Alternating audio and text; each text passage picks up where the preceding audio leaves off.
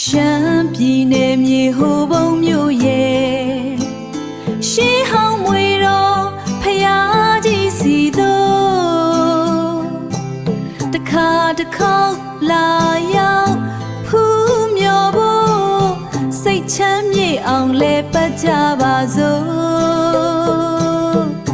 ဟိုပုံမွေတော်ဖယားကြီးစီတို့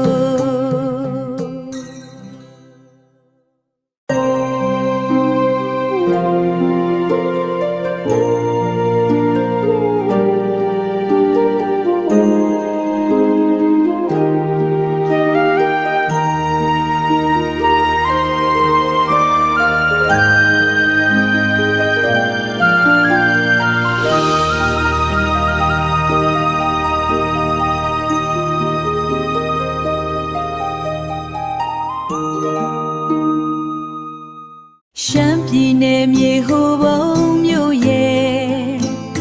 ရှေးဟောင်းမွေတော်ဖယားကြီးစီတို့တခါတခေါက်လာရောက်ဖူးမြော်ဖို့စိတ်ချမ်းမြေ့အောင်လဲပတ်ကြပါစို့